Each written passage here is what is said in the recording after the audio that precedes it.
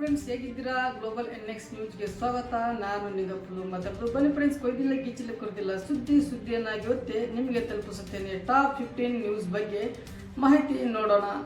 West Bengal CM race. ಪಶ್ಚಿಮ ಬಂಗಾಳದಲ್ಲಿ ಇಂದು BJP ಗೆದ್ದ ನಂತರ ನೆಕ್ಸ್ಟ್ ಸಿಎಂ ಯಾರು ಆಯ್ಕೆಗಾಗಿ ಕೋಲ್ಕತ್ತಾ ಇಂದು ಬಿಜೆಪಿ ಪಕ್ಷ ಹೈಕಮಾಂಡ್ ಮಹತ್ವ ಸಭೆ ನಡೆಸಲಿದೆ.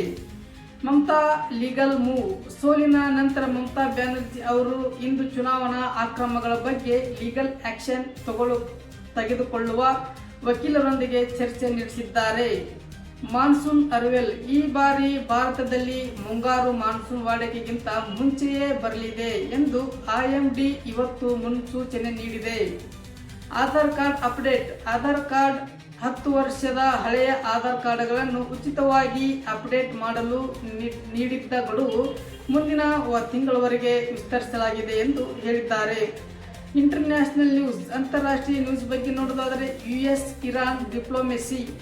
ಅಮೆರಿಕ ಮತ್ತು ಇರಾನ್ ನಡುವಿನ ಅಣು ಒಪ್ಪಂದದ ನ್ಯೂಕ್ಲಿಯರ್ ಡೀಲ್ ಕುರಿತಾದ ಮಾತುಕತೆ ಅಂತಿಮ ಹಂತಕ್ಕೆ ತಲುಪಿದೆ.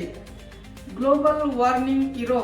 ಯುರೋಪಿನ ಹಲವು ದೇಶಗಳ ದಾಖಲಾತಿ ಉಷ್ಣಾಂಶ ಮತ್ತು ಹೀಟ್ ವೇವ್ ದಾಖಲಾಗುತ್ತಿದ್ದು ರೆಡ್ ಅಲರ್ಟ್ ಘೋಷಿಸಲಾಗಿದೆ. Border tension. ಭಾರತ ಮತ್ತು ಚೀನಾ ಗಡಿಯಲ್ಲಿ ಇಂದು 2 ದೇಶಗಳ ಸೇನಾ ಅಧಿಕಾರಿಗಳ ಮಟ್ಟದ ಮಹತ್ವದ ಸಭೆ ಮಾತುಕತೆ ನಡೆದಿದೆ.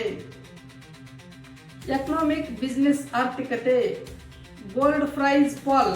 ಜಾಗತಿಕ ಮಟ್ಟದಲ್ಲಿ ಬದಲಾವಣೆಯಿಂದ ಇದು ಭಾರತದಲ್ಲಿ ಚಿನ್ನದ ಬೆಲೆ ಗೋಲ್ಡ್ ಪ್ರೈಸ್ ಸ್ವಲ್ಪ ಇಳಿಕೆ ಕಂಡಿದೆ. Rupees performance. ಅಂದರೆ ಅಮೆರಿಕ ಡಾಲರ್ ಎದುರು ಭಾರತೀಯ ರುಪೀಸ್ ಇಂದು ಸ್ಥಿರತೆಯ ಕಾಯ್ದುಕೊಂಡಿದೆ. Apple in India.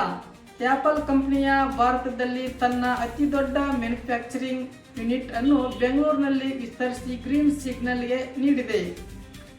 ಇನ್ನು ಟೆಕ್ ಅಂಡ್ ಸೈನ್ಸ್ ತಂತ್ರಜ್ಞಾನದ ಬಗ್ಗೆ ನೋಡುವುದಾದರೆ ಎಲಾನ್ ಮಸ್ಕ್ ಮಾರ್ಸ್ ಗೋಲ್. ಅಂದರೆ ಇದು ಮಂಗಲ ಗ್ರಹದಲ್ಲಿ ಮನುಷ್ಯರ ವಾಸಕ್ಕೆ $80 ಬಿಲಿಯನ್ ಹೂಡಿಕೆ ಮಾಡುವ ಬಗ್ಗೆ ಎಲಾನ್ ಮಸ್ಕ್ ಇವತ್ತು ಮತ್ತೊಂದು ಟ್ವೀಟ್ ಮಾಡಿ ಸಂಚಲನ ಮೂಡಿಸಿದ್ದಾರೆ. Google AI hub. ಭಾರತದ ಮೊದಲ Google AI research hub Visakhapatnam ಇದು ಅಧಿಕೃತವಾಗಿ ಉದ್ಘಾಟನೆಗೊಂಡಿದೆ. Solar storm. ಇದು ಸೂರ್ಯನಿಂದ ಹೊರಹೊಮ್ಮುತ್ತಿರುವ ಪ್ರಬಲ ಲಹರಿಗಳಿಂದಾಗಿ ಸೋಲಾರ್ ಫ್ಲೇರ್ ನಾಳೆ ಉಪಗ್ರಹ ಸಂಪರ್ಕದಲ್ಲಿ ವ್ಯತ್ಯಯವಾಗುವ ಸಾಧ್ಯತೆ ಇದೆ ಎಂದು ನಾಸಾ ಎಚ್ಚರಿಕೆ ನೀಡಿದೆ. ಸ್ಪೋರ್ಟ್ಸ್ ಅಂಡ್ ಕ್ರೀಡೆ ಬಗ್ಗೆ ಮಾತನಾಡುವುದಾದರೆ IPL ಇಂದು 2026 ಟುಡೇ ಮ್ಯಾಚ್.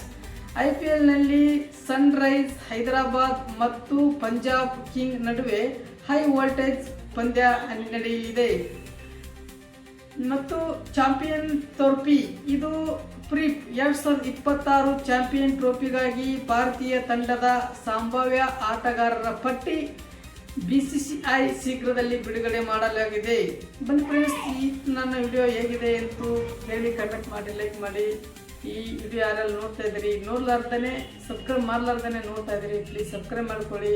ನಿಮ್ಮ ಸಪೋರ್ಟೇ ನನಗೆ ದೊಡ್ಡ ಬೆಂಬಲ. ಪ್ಲೀಸ್ ಸಪೋರ್ಟ್ ಮಾಡಿ, ಶೇರ್ ಮಾಡಿ, ಲೈಕ್ ಮಾಡಿ. ಬಾಯ್. ಮುಂದಿನ ವಿಡಿಯೋದಲ್ಲಿ ಸಿಗುತ್ತೇನೆ.